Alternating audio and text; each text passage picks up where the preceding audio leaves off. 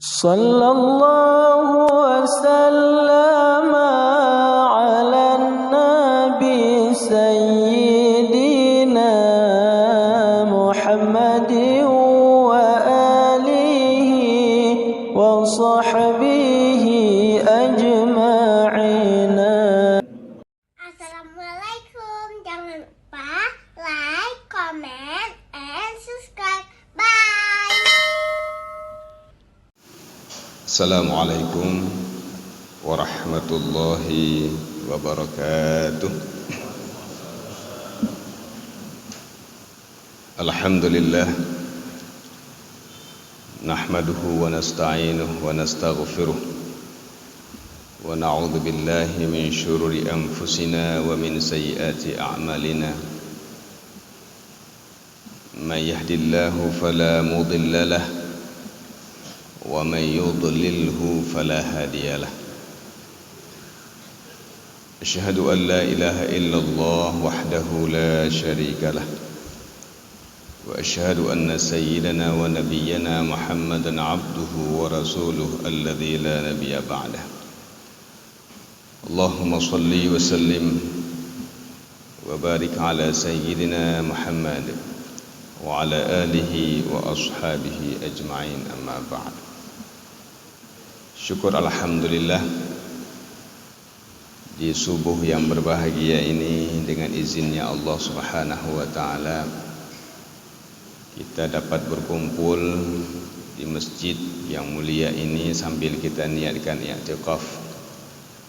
Mudah-mudahan duduk kita, ibadah kita semuanya ini terhitung ibadah di sisi Allah Subhanahu wa taala. Salawat dan salam marilah senantiasa kita hantarkan dan terus kita perbanyakkan, terus kita tingkatkan sebagai salah satu bentuk mahabbah, bentuk rasa cinta kita kepada Allah Subhanahu wa taala dan kepada Rasulullah sallallahu alaihi wasallam. Karena perintah bersolawat ini adalah tidak terlepas daripada perintahnya Allah Subhanahu wa taala. Innallaha wa malaikatahu yusalluna 'alan nabi ya ayyuhalladzina amanu sallu 'alaihi wa sallimu taslima. Artinya bila kita berselawat kepada Rasulullah, bermakna di situ kita cinta Rasul dan cinta Allah Subhanahu wa taala. Mudah-mudahan kita senantiasa memperbanyakkan rasa bentuk rasa cinta ini dengan cara berselawat kepada baginda Nabi Muhammad sallallahu alaihi wa alihi wasallam, terutama sekali di hari-hari Jumat dan hari-hari istimewa lainnya. Para sidang jamaah sekalian yang dirahmati Allah Subhanahu wa taala, para ulama memberikan kepada kita beberapa pedoman di dalam kita menjalani kehidupan ini, sehingga dengan pedoman-pedoman tersebut maka kita akan bisa mencapai kebahagiaan dunia wal akhirah. Tentunya hari ini kita menghadapi dua persoalan. Persoalan yang pertama adalah yang sedang kita hadapi terkait dengan persoalan kepribadian kita, ataupun terkait dengan fisik dan tubuh kita. Semua orang ingin tubuhnya sehat, semua orang ingin agar bisa hidup dengan baik dan layak, sehingga ketika beliau menghadapi persoalan dengan tubuhnya, maka tentu dia akan mencari alternatif untuk kesehatan tubuhnya. Kalau tubuhnya sakit, pasti dia akan ke rumah sakit, cari dokter dan sebagainya. Intinya adalah dia akan berusaha untuk menyehatkan tubuhnya. Ada persoalan yang kedua adalah di mana kita juga menghadapi persoalan, yaitu terkait dengan batiniyah kita, ruhaniyah kita.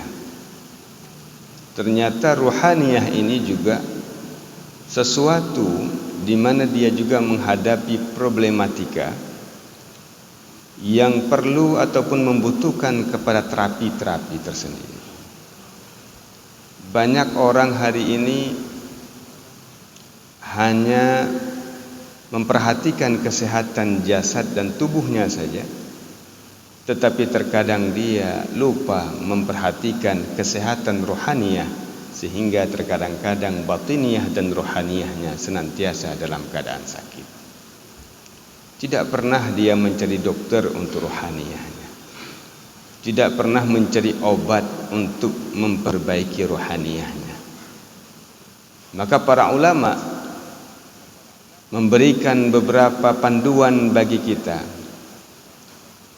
agar supaya kita ini sehat jasmani dan rohani.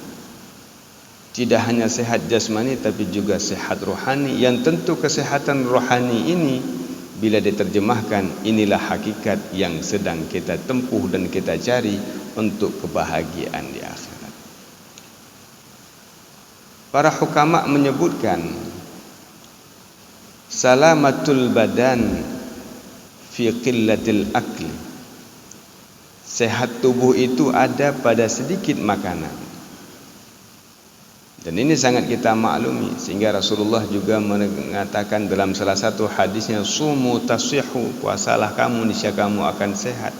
Artinya dengan kita qillatil akal, sedikit makan, ini adalah salah satu jalan agar tubuh itu bisa menjadi sehat.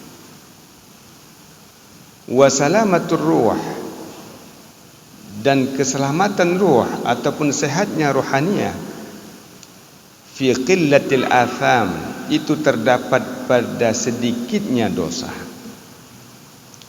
Semakin banyak dosa yang dilakukan seorang manusia, maka akan semakin sakitlah rohaniyahnya.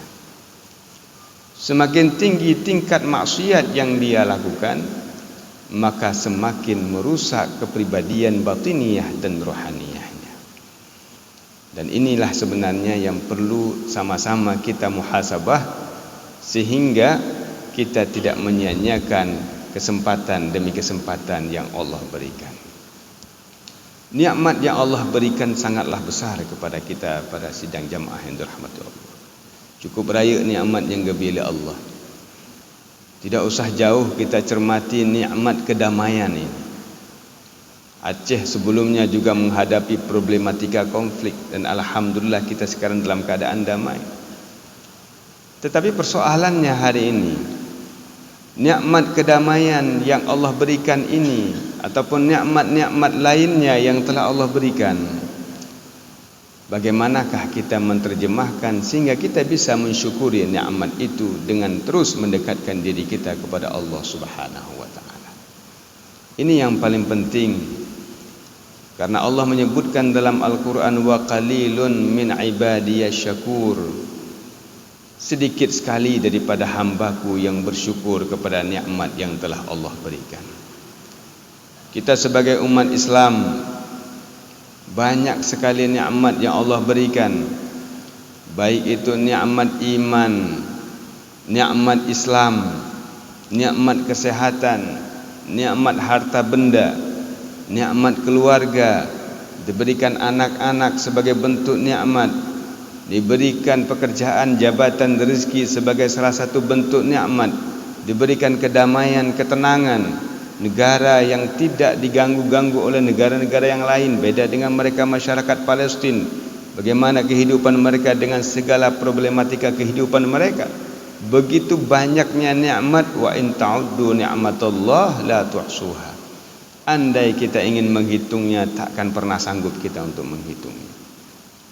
Maka ini semua nikmat-nikmat ini tentunya perlu kita cermati, sehingga salah satu bentuk kita mensyukuri nikmat Allah adalah juga dengan kita menjunjung semua perintah Allah Subhanahu wa taala.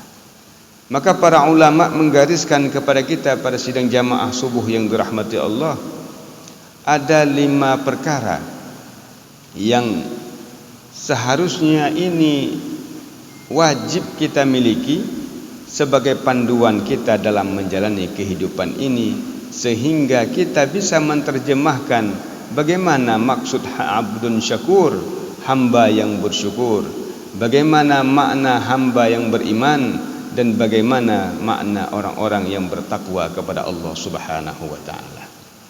Yang pertama, para ulama menyebutkan modal dasar, modal yang pertama dari 5 hal yang mesti kita miliki dalam menjalani kehidupan ini adalah sebagai landasannya al-ilmu, yaitu ilmu. Ilmu tidak diragukan lagi. Ilmu adalah merupakan sesuatu pondasi yang menjadi sebuah keniscayaan dan sebuah kewajiban bagi kita semua. Tidak mungkin kita beribadah tanpa ilmu, kita beramal tanpa ilmu. Tidak mungkin, ma'asyiral muslimin, para sidang jamaah yang dirahmati Allah. Hari ini kita salat subuh berjamaah, kita perlu kepada ilmu. Bagaimana kita sebagai imam, bagaimana ilmunya, sebagai makmum, bagaimana ilmunya, terus bagaimana kita memahami mengatur shaf, bagaimana rukun dan syarat-syaratnya. Semua itu adalah tidak terlepas daripada kita memerlukan ilmu pengetahuan.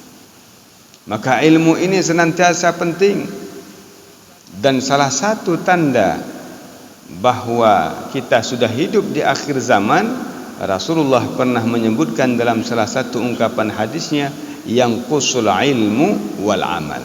Manusia yang hidup nanti di penghujung masa itu, mereka sedikit ilmu dan sedikit amalnya. Ini jamaah subuh, coba kita lihat berapa shaf kita, ma'asyiral muslimin. Sementara kalau misalnya dibuat konser-konser di luar, berapa shaf? Ini adalah merupakan tempat di mana kita didominasi, ataupun hampir bisa kita katakan 100% adalah masyarakatnya muslim. Bagaimana dengan kehidupan masyarakat-masyarakat yang berbaur antara muslim dan non-muslim? Tentu kita bisa mempresentasikan seberapa ramai masyarakat yang ternyata taat dan menjunjung amanah dan perintah Allah Subhanahu wa taala. Artinya, ma'asyiral muslimin rahimakumullah, yang qusul ilmu wal amal, sedikitnya ilmu dan amal ini menjadi sebuah indikator bahwa ternyata kita telah banyak jauh daripada Allah Subhanahu wa taala. Maka sebagaimana disampaikan dalam salah satu nasihat oleh baginda Rasulullah sallallahu alaihi wasallam kepada salah seorang sahabat, Abu Dzar Al-Ghifari, Rasulullah menyampaikan, "Ya Aba Dzar, wahai Abu Dzar, jaddidis safinah fa inna as-safara tawil." Perbaharui kapalmu karena perjalanan ini panjang. Hari ini kita menganggap bahwa terkadang-kadang persoalan yang kita hadapi itu lebih besar persoalan dunia yang sedang kita jalani. Ketika kita melihat permasalahan kita di dunia ini, seakan-akan masalah itu begitu besar. Seakan-akan masalah itu seperti sebuah gunung besar yang sedang kita hadapi, yang kita tidak mampu untuk mendakinya. Padahal kalau kita perbandingkan seperti seorang bayi dalam kandungan, mungkin seorang ibu ketika mereka mengandung anaknya seorang bayi menjadi sebuah masalah besar. Padahal setelah beliau melahirkan, maka tanggung jawab anaknya yang telah dilahirkan jauh lebih besar daripada tanggung jawab ketika masih dalam kandungan. Begitulah komparasinya. Hari ini kita hidup di alam dunia, kita menganggap permasalahan dunia ini begitu besar.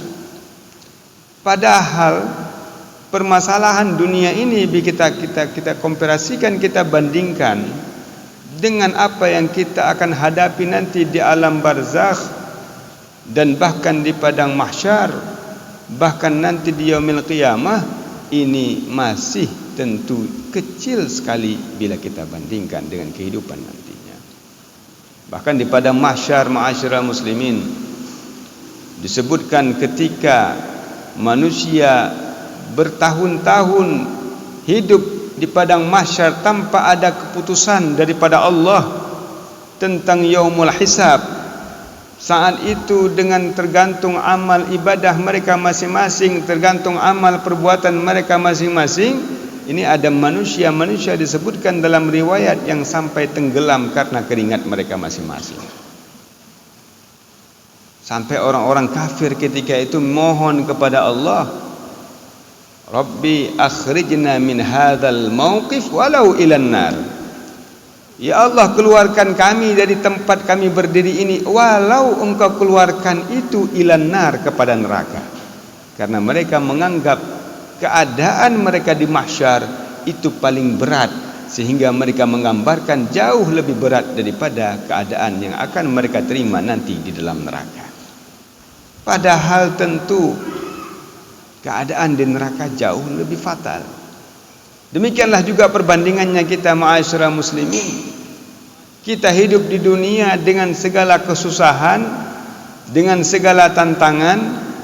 Tantangan yang pertama dalam kita imtisal menjunjung perintah Allah, ini terkadang kita anggap jauh lebih berat.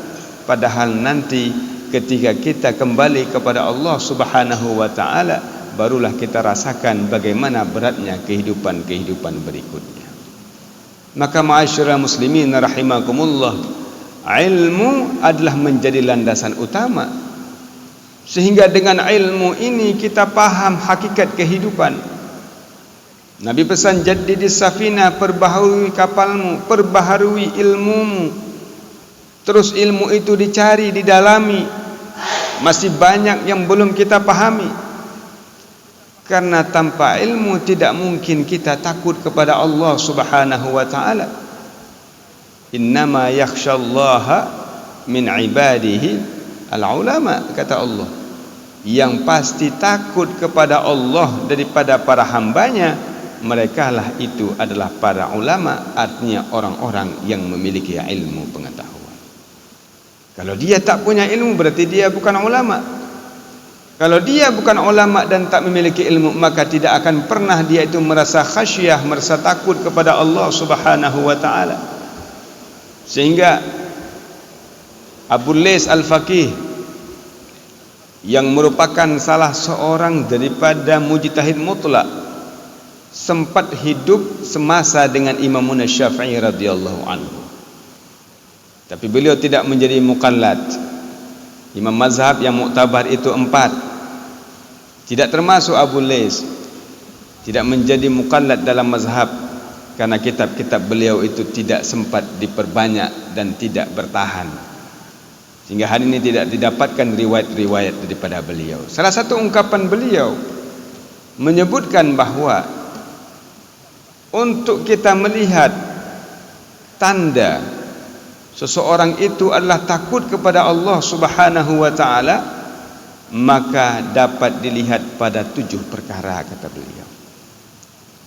Alamatu khaufillah, tanda seseorang itu takut kepada Allah, itu bisa kita dapatkan pada 7 perkara. Yang pertama adalah bisa dilihat pada lisanuh, pada lidahnya. Kalau lidah ini masih terus ghibah, lidah ini masih terus berbohong, lidah masih terus hasad, mengucapkan, memfitnah dan sebagainya, apalagi ini ma'asyiral muslimin, kita nanti dihadapkan kepada pemilu. Ini bila tidak disikapi dengan keimanan, bila tidak disikapi dengan ilmu yang benar, maka terkadang-kadang pesta demokrasi tersebut malah menjadi wadah untuk menambah-nambah maksiat kepada Allah Subhanahu wa ta'ala. Ghibah ke sana, buruk yang di sana dan sebagainya, ma'asyiral muslimin. Lisanuh, Allah mengingatkan dalam Al-Quran, la yaghtab ba'dukum ba'dha. Jangan kamu saling ghibah satu sama lain. Diingatkan oleh Allah Subhanahu wa ta'ala. Maka kalau kita hari ini ma'asyiral muslimin masih senantiasa ghibah, jiran tak betul, kecil tak benar, imam tak selesai dan sebagainya, terus kesalahan orang lain kita ceritakan dan kita diskusikan, Artinya kita masih yaghtab ba'dukum ba'dha, berbeda dengan apa yang diperintahkan Allah Subhanahu wa taala jalla jalaluh. Lidah belum terjaga. Ini lidah bukan lidah yang khasyatullah, bukan lidah yang takut kepada Allah Subhanahu wa taala. Artinya berarti kita tidak termasuk dalam wakhshawni la takhshawun nas wakhshawni, jangan kamu takut kepada manusia tapi takutlah kepadaku, kata Allah Subhanahu wa taala. Nabi Daud dalam salah satu sejarah disebutkan ketika beliau sedang duduk dalam sebuah tempat ibadatnya beliau, tiba-tiba pada saat itu jatuh seekor ulat, duda hamra disebutkan dalam kitab, duda hamra, seekor ulat merah jatuh di depan beliau. Terlintas dalam benak Nabiullah Daud ini, ma aradallahu bihadhihi dudah, apa sih yang diiradah, apa sih yang diinginkan Allah dengan seekor ulat ini? Artinya ada anggapan rasa ihtikar, rendahnya seekor ulat, seakan-akan ini tidak banyak faedah dan manfaatnya. Ma aradallahu bihadhihi dudah, apa iradah Allah, keinginan Allah yang Allah maksudkan dengan Allah menciptakan seekor ulat ini. Maka pada saat itu ma'asyiral muslimin, Allah izinkan ulat ini sehingga dia bisa berbicara kepada Nabi Daud alaihissalam. Ulat ini bicara, ya Nabi Allah, wahai Nabi Allah Daud, amman nahari, adapun pada waktu siangku, kata ulat, waqad alhamani rabbi, maka sungguh Allah ilhamkan kepadaku, an aqula, bahwa aku senantiasa membacakan subhanallah walhamdulillah wala ilaha illallah wallahu akbar wala haula wala quwata illa billahil aliyil azim alfa marrat, 1000 kali, kata ulat itu. Ulat baca tasbih 1000 kali kepada Allah Subhanahu wa taala. Ulat lebih takut kepada Allah Subhanahu wa taala.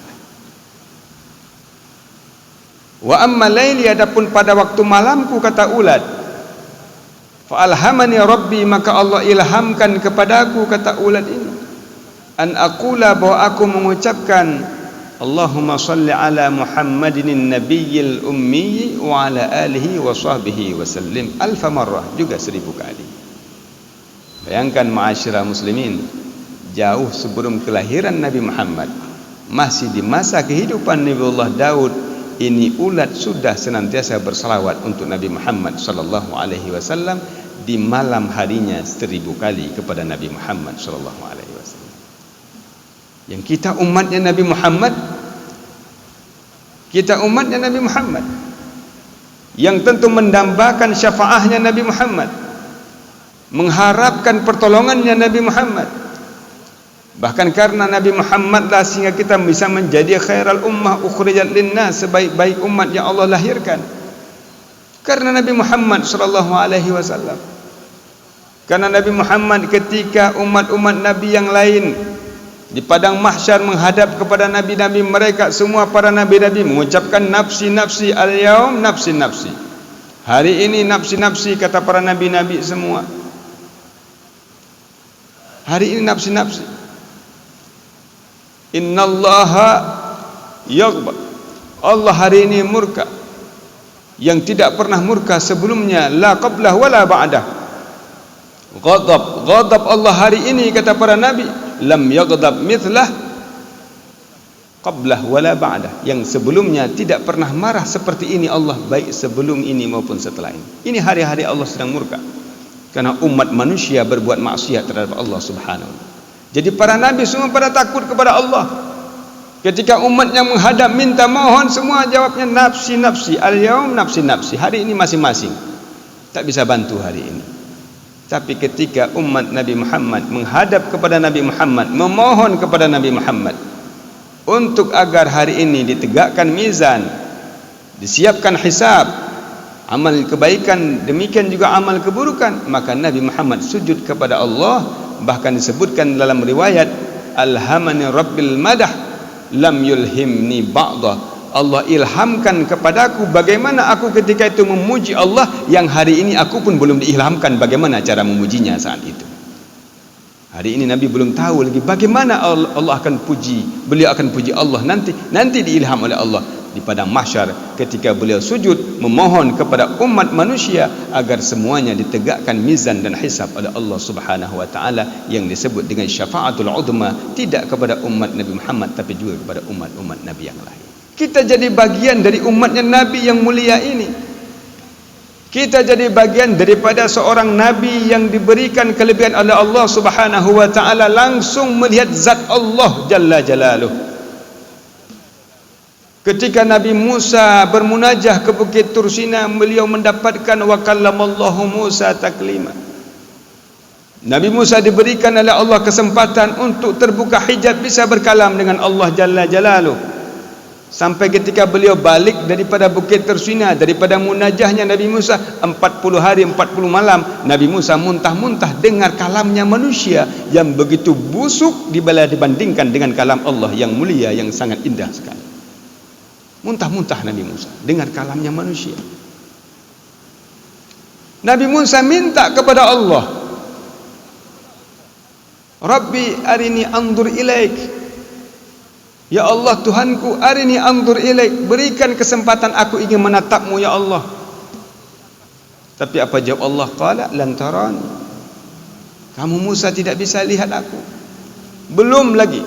Karena ternyata ru'yatullah ini hanya Allah berikan di dunia kepada baginda Nabi Muhammad sallallahu alaihi wa alihi wasallam. Tapi Allah berikan juga kesempatan kepada Musa. Undur ilal jabal, coba kamu lihat ya Musa kepada gunung tersebut. Fa in istaqarra makanah fasawfa tarani. Kalau gunung itu tetap pada tempatnya, fasawfa tarani, maka kamu pasti akan bisa melihat aku wahai Musa. Nabi Musa diperintahkan melihat kepada gunung. Tapi ternyata gunung itu hancur. Wa kharra Musa sa'ika, dan Nabi Musa akhirnya pingsan tersungkur. Artinya Allah bukakan sehelai hijab Allah Subhanahu wa taala kepada gunung agar Nabi Musa bisa menatap gunung. Ternyata beliau pingsan, bermakna beliau tidak mampu untuk menatap zat Allah Subhanahu wa taala. Tapi Nabi Muhammad pada malam Isra wal Mi'raj, ketika beliau berangkat menghadap Allah Subhanahu wa taala Jalla Jalaluh, diberikan kelebihan ini, diberikan. Maka Rasulullah pernah mengatakan kepada Siti Aisyah, ya Aisyah, wailak, wailun liman lam yarani yaumal qiyamah. Wahai Musa, celaka orang yang enggak akan bisa melihat wajahku ini nanti di yaumil qiyamah. Celaka. Ini wajah bukan sembarang wajah. Ini mata bukan sembarang mata. Matanya Nabi Muhammad sudah menatap zat Allah Jalla Jalaluh. Wajahnya Nabi Muhammad sudah terpancar di hadapan zat Allah Jalla Jalaluh. Kita tak dapat lihat wajah Rasulullah yaumal qiyamah, sudah rugi. Bahkan dunia pun tak pernah mimpikan Rasulullah, sebuah kerugian dalam kehidupan ini. Apa yang mau dicari? Apa yang mau dicari? Apa yang mau dibanggakan? Gak pernah mimpi Rasulullah. Umat Muhammad yang ceritanya cinta Nabi Muhammad tak pernah lihat Rasulullah. Kalau ibu bapak sekalian pergi ke Tarim, itu anak-anak kecil silap-silap sambil duduk-duduk, mereka akan tanya, ya ammu hal taron Nabi hadir lailah. Wahai paman, pernahkah kamu lihat Nabi malam ini? Ini anak-anak di Tarim akan nanya sama kita, karena mereka senantiasa mimpikan Rasulullah dengan ibadah anak-anak. Sehingga para ulama menyebutkan syababut Tarim waliyun sagir. Pemuda-pemuda kota Tarim itu adalah para wali-wali yang kecil-kecil, karena mereka tidak pernah terkontaminasi dengan maksiat kepada Allah Jalla Jalaluh. Nah, kita hari ini ma'asyiral muslimin, dan alhamdulillah kita jadi umatnya Nabi Muhammad sallallahu alaihi wasallam. Alhamdulillah. Maka para ulama semua mendambakan agar bisa menatap wajah yang mulia ini.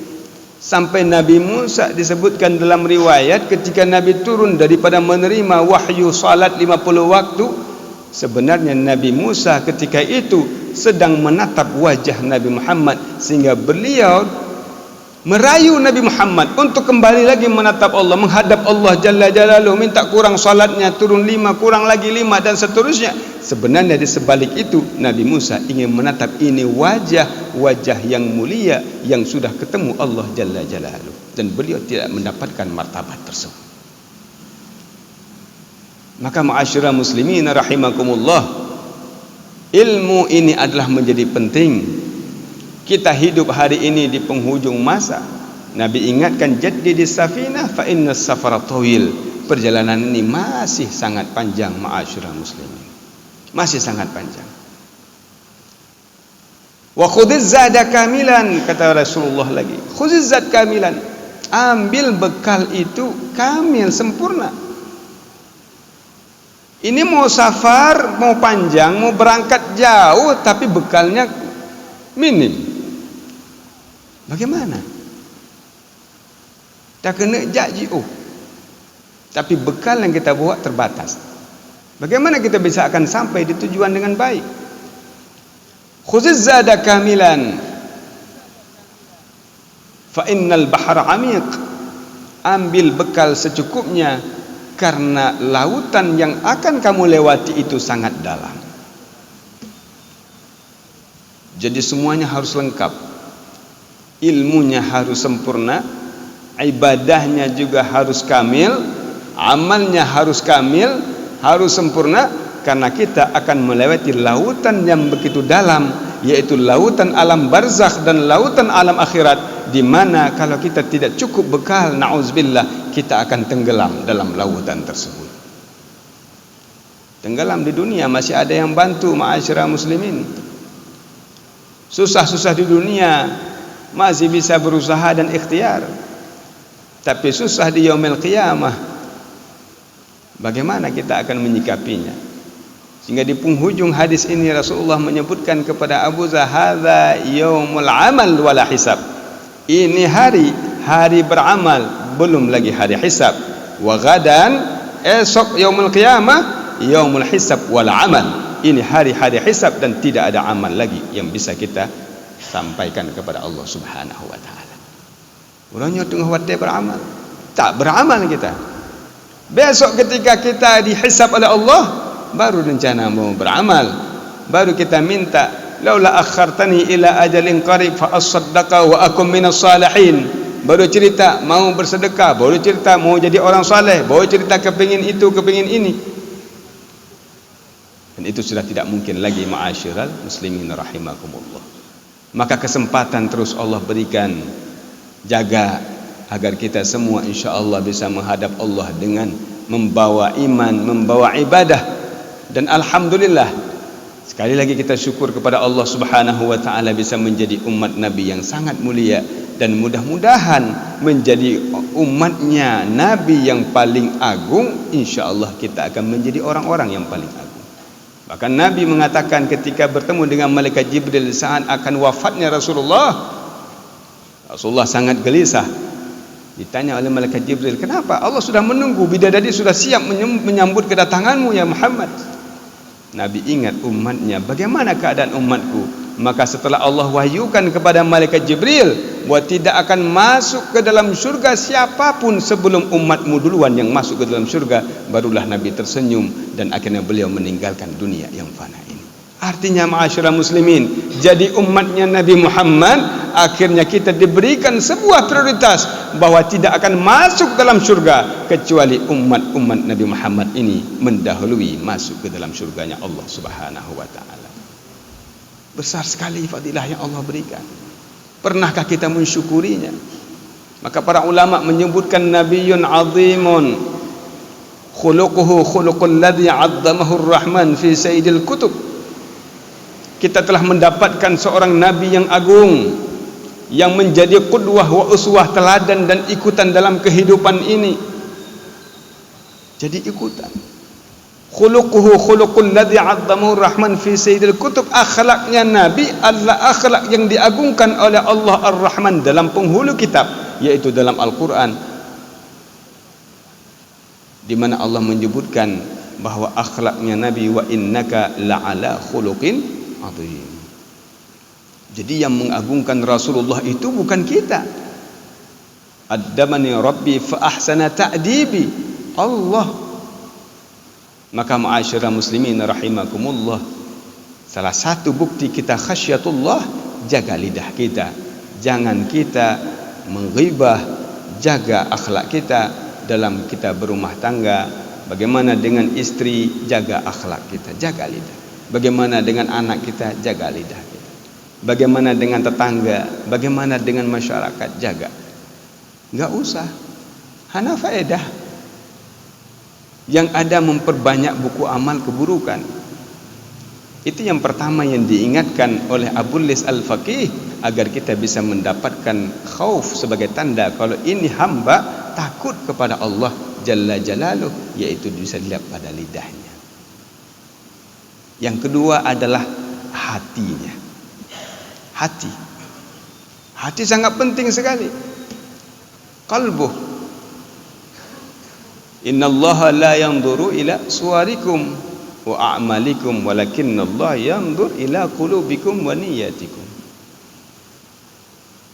Allah tak lihat kepada suar. Suar ini bukan makna wajah tubuh ini, bukan.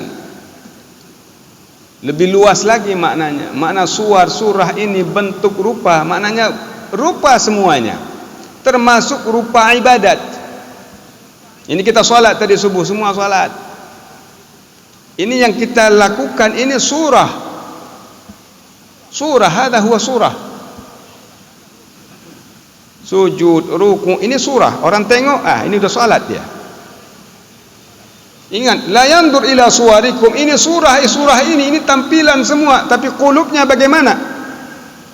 Apakah dia salat itu ikhlas karena Allah? Apakah dia salat itu sudah khusyuk karena Allah? Allah lihat hati kita. Kita sedekah, surah. Foto lagi sekarang. Japri masuk, ya, mudah-mudahan jadi sunnatan hasanah. Alhamdulillah. Tapi ingat, qulubikum surah, hadha huwa surah, tampilan kita. Allah tak lihat itu. Yang dilihat bagaimana kita memberikan itu. Apakah diberikan biniyatin khalisah liwajhillah, apakah dia diberikan dengan niat ikhlas karena Allah Subhanahu wa taala. Qulub. Belum lagi hasad. Ya, ada teman yang tak sesuai, ya. Kadang kita bekerja di kantor, ya, dengan berbagai persaingan jabatan, Masya Allah, kadang-kadang ini menimbulkan hasad. Padahal Allah sudah ingatkan, al-hasad ya'kulul hasanah kama ta'kulun narul khatab. Ini jelas hadis-hadis yang masyhur, yang selalu disampaikan. Tapi dalam praktek kehidupan manusia senantiasa dalam keadaan hasad, benci kepada temannya karena mungkin jabatan kita tertukar dan sebagainya. Hada laysa lil baqa', tak ada jabatan yang kekal. Kalaupun tak digeser, ente juga mati. Tunggu saat yang kita akan mati, semua akan tinggal. Ini kan mati-mati kecil, perpindahan sebuah, artinya ini sebuah fitrah manusia. Tapi tak ada manusia yang bisa menerima fitrah tersebut. Nah, ini berarti hatinya bermasalah. Bagaimana dia mengatakan ana khauf, saya takut kepada Allah Ta'ala, tapi ketika dia ghibah, ketika dia dengki, dia tak ingat bahwa itu sebuah perbuatan dosa. Kadang-kadang na'udzubillah, yang kita sayangkan ini sedang tidur dengan istri di rumah, ghibah satu kampung. Jam 2 malam, jam 3 malam sambil ngobrol sama istri, ghibah orang lain. Hada ya Allah. Ini saat mustajabah, ketika malaikat turun nanya, ala min taibin, ala min mustaghfirin, ala min sailin. Ada yang mohon taubat, ada yang mohon istighfar, ada yang meminta akan aku istijabahkan, kata Allah. Ini pengumuman dibuat di sepertiga terakhir di waktu malam. Ini manusia ghibah. Ini terjadi, ma'asyiral muslimin.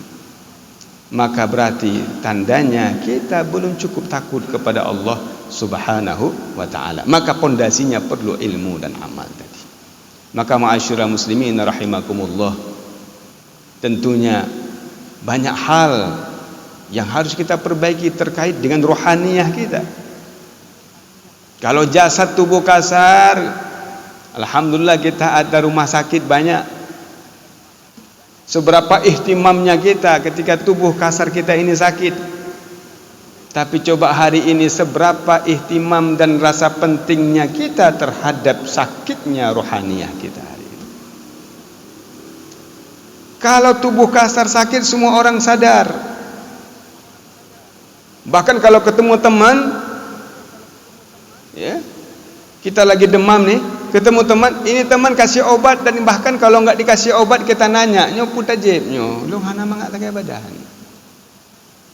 Kalau sakit tubuh kasar kita akan bertanya kepada orang, minta nasihat, minta obat apa yang bisa saya gunakan agar saya bisa sehat.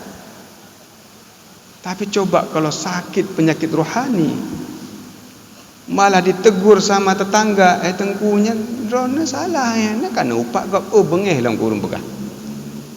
Marah kita dengan yang menegur. Ini yang membedakan antara penyakit zahir dengan penyakit batin. Penyakit zahir kita sadar kalau kita sakit dan kita menunggu agar ada tawaran obat untuk kesembuhan. Tapi penyakit batin banyak orang tak sadar, dan ketika diberikan obat malah dia akan marah kepada orang yang menyampaikan obat tersebut. Ini penyakit batin. Ini yang membedakan ma'asyiral muslimin. Maka kita perlu hasibu anfusakum qabla an tuhasabu. Perlu muhasabah. Perlu muhasabah. Dunia ini kalau mau dikejar enggak akan selesai. Enggak akan selesai. Bahkan Rasulullah menyebutkan, bahkan kalau misalnya diberikan dunia satu alur, diberikan minta dua alur. Kapan selesai? Hatta yukhrujut turab fi famih, sehingga baru selesai dunia, tanah dimasukkan dalam mulutnya, baru dia akan berhenti. Artinya apa? Mati. Mati kita akan udah masuk tanah ke mulut, baru selesai. Itu fitrah, nafsu. Maka hari ini dengan ilmu, bagaimana kita bisa mengendalikan nafsu ini menjadi nafsu mutmainnah yang tunduk kepada aturan dan perintah Allah Subhanahu wa ta'ala. Intinya tidak ada yang sempurna.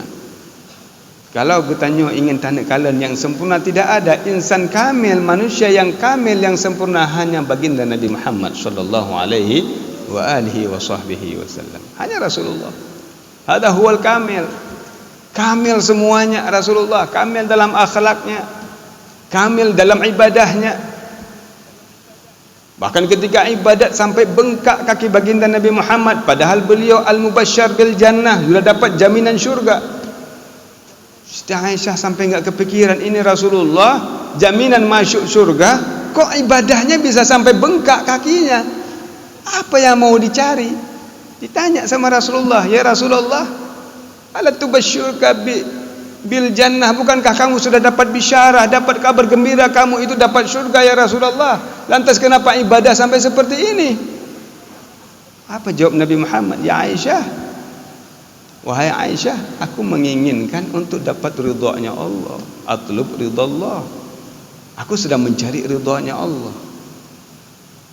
Ini manusia yang sempurna, ma'asyiral. Kita dapat jaminan, udah pasti enggak pergi sholat subuh lagi, suling tutup dah. Kalau besok dapat jaminan, dapat pengumuman dari Allah, ini yang datang jamaah suling hari ini subuh ini, insyaallah jaminan surga. Sehingga kan ada yale kabar helong kaman. Ini kita. Tapi tidak bagi pribadi Nabi Muhammad sallallahu alaihi wa alihi wasallam. Sampai orang-orang kafir itu kepikiran melihat Nabi Muhammad. Bagaimana akhlaknya Nabi Muhammad? Satu cerita disebutkan, ketika seorang pendeta Yahudi, ya, sampai pokok dulu,